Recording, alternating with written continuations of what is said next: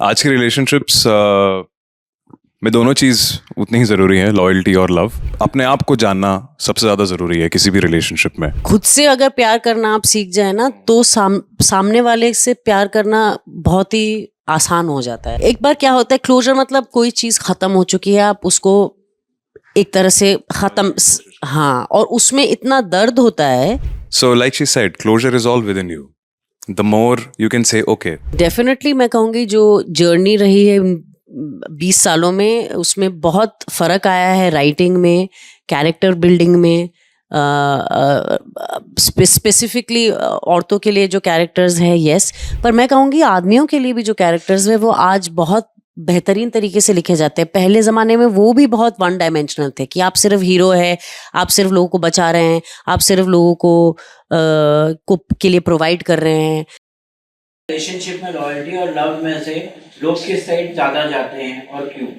In today's relationship do you think what people value the most, loyalty और love? अच्छा, like that. I think आज के relationships में दोनों चीज़ उतनी ही ज़रूरी है, लॉयल्टी और लव। लेकिन मुझे ये लगता है कि अपने आप को जानना सबसे ज़्यादा ज़रूरी है किसी भी रिलेशनशिप में। आप जब अपने आप को समझ पाते हैं, अपने ट्रिगर्स को समझ पाते हैं, अपने ट्रॉमा को, अपने स्ट्रगल्स को के साथ बैठ के आप उसको प्रोसेस कर पाते हैं, और फिर अगर आप एक रिलेशनशिप में जाते हैं तो वो बहुत फुलफिलिंग रिलेशनशिप होता है। नहीं तो बहुत बार क्या होता है कि अगर मुझे कुछ चीज़ बॉदर कर रही है तो मैं उसको प्रोजेक्ट करने लग जाता हूँ दूसरे पे, तो उससे फिर फ्रिक्शन काफ़ी ज़्यादा होता है। तो I think for a relationship to thrive, love, loyalty तो ये पहलू हैं ही, लेकिन कहीं ना कहीं एक रेडिकल अकाउंटेबिलिटी अपने ऊपर, अपने इमोशंस के ऊपर और अपनी ज़िंदगी के ऊपर बहुत ज़रूरी है। आई अग्री कि ये अब पहले खुद से अगर प्यार करना आप सीख जाए ना तो सामने वाले से प्यार करना बहुत ही आसान हो जाता है। और जब खुद से प्यार नहीं होता है ना तो सामने वाले से प्यार महसूस करना भी मुश्किल हो जाता है। लेकिन तो उस हिसाब से मैं कहूँगी कि जब प्यार होता है ना तो लॉयल्टी का जो डेफिनेशन है वो भी बदलता रहता है, क्योंकि लॉयल्टी हर किसी के लिए अलग चीज़ होती है। लेकिन अगर आप दोनों के बीच में प्यार हो, पहले खुद से और फिर एक दूसरे से, तो नेचुरली एक ट्रस्ट आ जाता है, और जब ट्रस्ट आ जाता है तो आप लॉयल्टी अपनी तरीके से आ ही जाती है। पर अगर आप लॉयल्टी पे फोकस करो तो कहीं शायद प्यार छूट जाएगा आपका, क्योंकि आप एक एक्सटर्नल रियलिटी पे फोकस कर रहे हैं, इंटरनल इमोशन पे नहीं। तो क्लोजर के नाम पे लोग कभी कभी दूसरे इंसान के इमोशनल स्पेस मिसयूज करते हैं, तो आपका टेक क्या है? Very good question. मैं कहूँगी कि क्या होता है ना कि क्लोजर, एक बार क्या होता है, क्लोजर मतलब कोई चीज़ ख़त्म हो चुकी है, आप उसको एक तरह से ख़त्म, हाँ, और उसमें इतना दर्द होता है कि कभी कभी लोग उस दर्द के मारे सामने वाले को ब्लेम करते हैं, सामने वाले से चिढ़ जाते हैं, उसको हेट करते हैं, तो उसकी वजह से बहुत सारा अग्रेशन, बहुत सा एक वो बोलते हैं ना, वो एक वेंजफुल जैसे एक बिहेवियर होने लग जाती है। उसकी वजह से लोग एक दूसरे को हर्ट करने की कोशिश करते हैं, जो आप आमतौर पे देखते हैं। जब डिवोर्स भी हो किसी का तो कभी कभी, या ब्रेकअप हो, तो बहुत अगली हो जाता है, और वो होता इसीलिए क्योंकि आपको लगता है सिर्फ आप दर्द में हैं और सामने वाला नहीं है। लेकिन अगर आई थिंक सबसे बड़ा क्लोजर ये होता है टू रियलाइज कि कोई भी चीज़, किसी भी चीज़ का ख़त्म होना वो फेलियर नहीं है, वो बस एक चैप्टर ख़त्म होना है। मेरे हिसाब से हर चीज़ को लाइफ में हो सकता है वो आपके चाहने से पहले ख़त्म हो गया हो, लेकिन उस चैप्टर का वहीं तक चलना था। और अगर आप ये मान ले, उसको एक्सेप्ट कर ले, स्वीकार कर ले, तो आप खुद ही अपने आप को क्लोजर, कोई सामने वाला आपको क्लोजर नहीं दे सकता है, वो क्लोजर आपको खुद ही से मिलेगा। तो मैं कहूँगी कि यस, इफ वो टेंडेंसी जो होती है सामने वाले को हर्ट करने की, वो आपको समझने की ज़रूरत है कि वो सही नहीं है। उससे ना तो आपको फ़ायदा होने वाला है, ना सामने वाले को, ना आप दोनों के रिश्ते में। तो दैट्स व्हाट माय टेक। और जो आपने मेमोरी साथ में बनाई हैं उस सब में यू नो एक कंटामिनेट हो जाता है। वो बोलते हैं ना, वॉच हाउ पीपल लीव। तो आई थिंक कभी अगर ऐसा ब्रेकअप हुआ है या एक रिलेशनशिप ख़त्म हुआ है, how people leave speaks a lot. आप एक दूसरे को, चलो आपसे मिलके बहुत अच्छा लगा और thank you for the memories, और you want to hold on to the hate. So like she said, closure is all within you. The more you can say okay, ये चीज़ मेरे लाइफ में हुआ था मुझे कुछ सिखाने के लिए. क्या मैं वो चीज़ लेसन सीख पाया? क्या मैं वो सर्कमस्टांस सिचुएशन को मैं सही तरीके से समझ पाया कि नहीं? और बहुत बार ऐसा होता है कि किसी भी कारण अगर रिलेशनशिप एक काम नहीं करता है तो ज़रूरी नहीं है कि दूसरे की ही गलती है या आप गलत थे इसीलिए. कभी कभी ऐसा होता है कि सिचुएशंस और सर्कमस्टांसेस ऐसे होते हैं कि जहाँ पे लोगों को अलग अलग चीज़ें चाहिए होती हैं लाइफ से, तो वो भी एक कारण होता है. तो इट इज़ ऑलवेज नाइस कि आप अगर जा रहे हैं, अगर आपकी दोस्ती टूट रही है या रिश्तेदारी टूट रही है या फिर एक प्यार का ये हो रहा है, कि आप you part well, you know, wish well, honourable, with integrity. That's very important. शाना, आपसे जानना चाहेंगे कि आपको 20 इयर्स हो गए इंडस्ट्री में, आप कैसे देखते हैं? आपने बहुत सारे रोल्स किए और कई सारे डिफरेंट रोल्स किए जहाँ पे आप वुमेन एम्पावरमेंट के बारे में बात की कई सारे रोल्स में, और मतलब कि आपको क्या लगता है कि मतलब कैसे इंडस्ट्री इवॉल्व हुई है जब से आप आई हैं, और आपको क्या लगता है कि अभी जो है वुमेन्स जो है और मीडिया रोल मिल रहे हैं उनको, स्पेशली लीड एक्ट्रेसेस? जी, डेफिनेटली मैं कहूँगी जो जर्नी रही है 20 सालों में, उसमें बहुत फ़र्क आया है राइटिंग में, कैरेक्टर बिल्डिंग में. स्पेसिफिकली औरतों के लिए जो कैरेक्टर्स हैं, यस, पर मैं कहूँगी आदमियों के लिए भी जो कैरेक्टर्स हैं वो आज बहुत बेहतरीन तरीके से लिखे जाते हैं. पहले ज़माने में वो भी बहुत वन डायमेंशनल थे कि आप सिर्फ हीरो है, आप सिर्फ लोगों को बचा रहे हैं, आप सिर्फ लोगों को के लिए प्रोवाइड कर रहे हैं, मर्द को दर्द नहीं होता, उस तरह का एक पोर्ट्रेयल था, बिल्कुल यूनिडायमेंशनल था. जबकि आज आप बहुत ज़्यादा उसमें वल्नरेबिलिटी भी मेल कैरेक्टर्स में ज़्यादा नज़र आती है, जो उनकी एक स्वीटनेस वो भी ज़्यादा नज़र आती है. तो I think overall character writing बहुत इम्प्रूव हुआ है.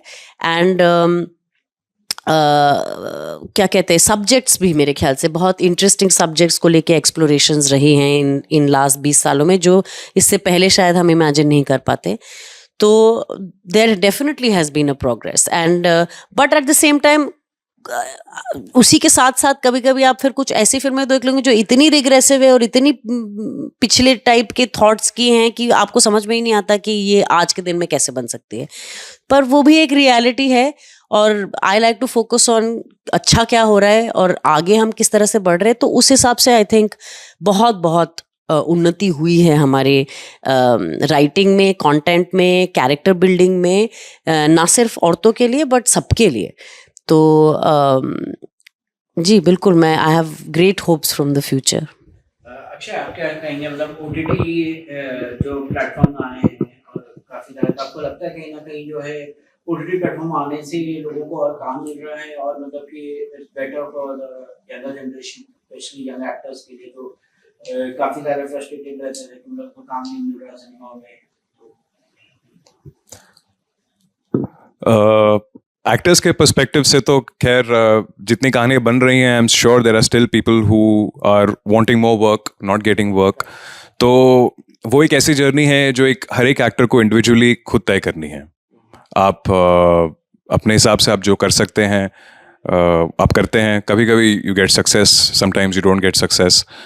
तो this I am right now I will talk about what I feel as an actor, कि जब आप जब आप रिजेक्ट होते हैं किसी रोल के लिए, and I have faced a lot of rejections in my life. In fact I have failed more than I have succeeded. So every rejection is a redirection. तो आप जब आपको सक्सेस मिलता है तो आप जाके सिर्फ काम करते हैं, आपको फेलियर मिलता है तो आपके पास इतनी सारी चीज़ें होती है सीखने के लिए. तो don't take it personally, keep working on your craft, keep reading as much as you can for all the young actors, and approach everything with a pure heart, with an inquisitive, curious mind. तो जब failure भी होगा तो भी लगा अच्छा यार चलो इसमें ऐसा किया था, अगले वाले में कुछ अलग करके देखते हैं. और जितना आप अपने अंदर जाएंगे, अपने आप से मिलेंगे, उतना आप और एक एनरिच्ड लाइफ जी पाएंगे. और जब आप एक इनरिच लाइफ जी पाएंगे तो आपको कोई भी किरदार निभाने में आसानी होगी मेरे ख्याल से। और जहाँ तक OTT का सवाल है और इतने सारे प्लेटफॉर्म्स का सवाल है, it is not just great for the actors but also great for our society, our viewers, that we have so many other stories that we can tell. बहुत बार ऐसा होता है कि फिल्म्स 2.5 घंटे में आप वो कहानी नहीं बता पाते हैं। So now film makers also have a chance to explore the story deeper, for actors to get into the character deeper and carry that on for maybe length of 8 episodes. और मैं तो 24 किया था, तो 24 episodes के length तक हम उस चीज़ को कर सकते हैं। तो it's a beautiful situation for our industry and also for our viewers. Shana, आपसे जानना चाहेंगे कि सोशल मीडिया आजकल बहुत एक्टिव हो गया है, तो आप कितना रहते हैं सोशल मीडिया पे, और आपको क्या लगता है कि एक्टर्स को अपनी पर्सनल लाइफ भी डालनी चाहिए सोशल मीडिया पे? देखिए, एक्टर्स को अगर अपनी पर्सनल लाइफ सोशल मीडिया पे डालना है या नहीं, आई थिंक वो उनके ऊपर डिपेंड करता है। वो एक पर्सनल चॉइस है किस हद तक लोगों को डालना है या नहीं डालना है। बहुत से लोग हैं जिनको जो सिर्फ प्रोफेशनल चीज़ें डालते हैं और बिल्कुल ही अपनी पर्सनल लाइफ नहीं डालते। मेरे दोस्तों में से भी कई ऐसे हैं जिन्होंने वो चुना है अपने लिए, और मैं उसको I respect that and I understand that. मेरे लिए मैं बहुत ज़्यादा सोशल मीडिया पे नहीं हूँ, कुछ कुछ चीज़ों पे हूँ, और जिन पे हूँ वो इसलिए क्योंकि वो मीडियम मुझे पसंद है, क्योंकि शायद मुझे फोटोग्राफी पसंद है, मुझे कुछ लोग, कुछ पेजेस हैं जो मुझे पसंद है जो फॉलो करना, और शायद वो मेरा तरीका है। पहले ज़माने में आप, या अभी भी PR बहुत लोग करते हैं, मेरे लिए ये एक तरह का PR है जो मैं अपने तरीके से कर सकती हूँ, जिसमें मैं अपनी मेरी जो खुद की एक पर्सनालिटी है, खुद के जो सोच विचार है, मैं अपनी तरह से सामने रख सकती हूँ, और उसकी वजह से लोग मुझे फॉलो करते हैं या मुझसे इंटरैक्ट करते हैं। तो उन्हें भी वो मुझसे रूबरू हो चुके हैं, वो मुझे समझते हैं। तो मेरे लिए वो बहुत ज़रूरी है। मैंने बहुत अप्रिशिएट किया है मेरे जो इंस्टाग्राम पे ले लीजिए, जो भी बहुत से लोग हैं जिनके साथ मेरी रोज़ाना बातें होती है, जिनको मैं जानती नहीं हूँ, लेकिन उनसे रिश्ता बन चुका है बिकॉज वो मुझे समझते हैं, मेरे पोस्ट को समझते हैं। और मैं हर तरह की चीज़ें डालती हूँ, अपनी फोटोग्राफी भी डालती हूँ, अपने सोच विचार भी डालती हूँ, अपना काम भी डालती हूँ, और हर चीज़ के साथ एक बहुत हेल्दी और इंटरेस्टिंग एंगेजमेंट और इंटरेक्शन रहता है। तो मेरे लिए मुझे वो बैलेंस पसंद है कि कुछ हद तक मैं अपनी पर्सनल चीज़ें डालती हूँ, ज़्यादातर एक्चुअली मेरे लिए वो पर्सनल है, और कुछ हद तक मैं काम की चीज़ें डालती हूँ। लेकिन आई थिंक इट इज़ जिनको जो प्रेफरेंस है वो each to their own. Lastly आपसे जानना चाहेंगे कि आपके फ्यूचर प्रोजेक्ट्स क्या मैसेज देना चाहेंगे अपने फैंस को? Well, future projects 4 years later के अलावा एक फिल्म मैंने अभी हाल ही में ख़त्म की भरत बाला के साथ, जिसका नाम अभी टेंटेटिवली महासंगम है, जो अभिषेक बैनर्जी और नीरज कवि के साथ है। और इसके अलावा अभी that's it for now at least. बाकी कुछ जो चीज़ें शुरू होंगी वो फिर बाद ही में पता चलेगी कब आएंगी। हाँ, मेरे तो खैर next projects, moment it happens I will let everyone know. And yes, the message for your fans, our viewers, is please watch 4 years later on Lionsgate Play. And when is it releasing, Shahana? 11th of July. Thank you.